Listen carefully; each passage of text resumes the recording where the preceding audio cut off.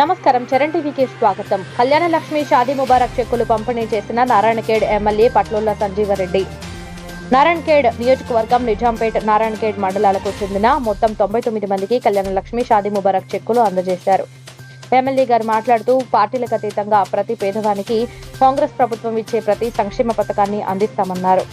ఈ కార్యక్రమంలో ఎమ్మెల్యే గారితో పాటు నిజాంపేట మండల తహసీల్దార్, municipal vice chairman Shankar, Majid, హనుమాన్లు, కౌన్సిలర్లు రమేష్ చౌహాన్, వినోద్ పాటిల్, పండరి రెడ్డి, ముంతాజ్, లింగారెడ్డి, మాణిక్యం, నారాయణ, మాజీ ఎంపీటీసీ శ్రీకాంత్ రెడ్డి, రాధాకిషన్, శ్రీకాంత్, బాబ్యా నాయక్, హనుమంతు, అంజిరెడ్డి, సంగమేష్, హనుమరెడ్డి, శ్రీనివాస్ రెడ్డి, ఎన్ఎస్యుఐ జిల్లా ఉపాధ్యక్షులు శివరాజ్, మండల యూత్ కాంగ్రెస్ అధ్యక్షుడు శ్రీనివాస్ నాయక్, సర్దార్ పండరి, జ్ఞానేశ్వర్ నాయకులు తదితర మండలాల గ్రామ నాయకులు ఉన్నారు.